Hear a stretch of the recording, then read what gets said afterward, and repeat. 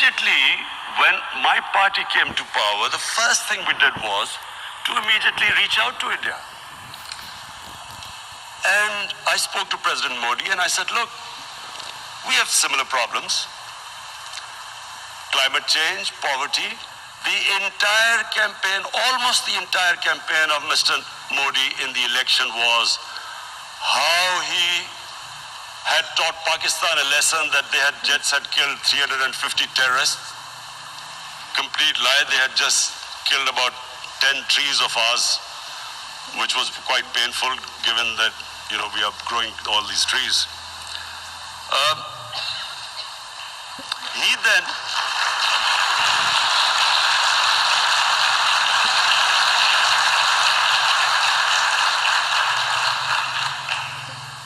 the election campaign, Mr. Modi used words like, this is just a trailer, the movie is about to start.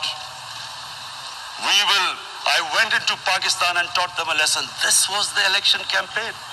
Okay, so we thought, us politicians make all these statements to win elections. So, okay, after elections, we'll get back to our normal relationship. Well, the moment the elections ended, we approached India, no response, but then we discovered they were trying to push us in the FATF blacklist to bankrupt us. That's when we realized there was an agenda.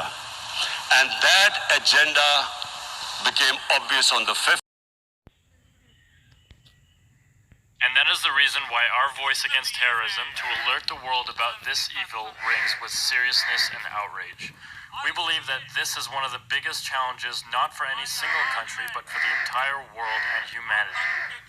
The lack of unanimity among us on the issue of terrorism against those very principles that are the basis of the creation of the UN. And that is why, for the sake of humanity, I firmly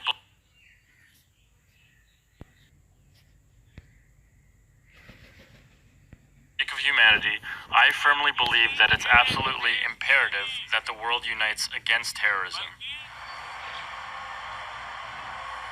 Well, this General Assembly week drawing to a close now. There was never any likelihood of a meeting between the leaders of India and Pakistan. Indeed, that is certainly not going to happen now. But what has happened in its closing stages is a dark sort of pall now hangs over the UN here in New York, with warnings by Pakistani Prime Minister Imran Khan there of the potential for nuclear war, of the potential for ethnic cleansing in Kashmir.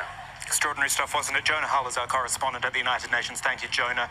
And as we say, while those speeches were going on, these pictures live from New York, where the United Nations is, of course, based, an anti-Narendra Modi protest, people holding Pakistani flags there and decrying the Indian intervention in Indian-administered Kashmir, which Prime Minister Imran Khan was speaking so passionately about not long ago.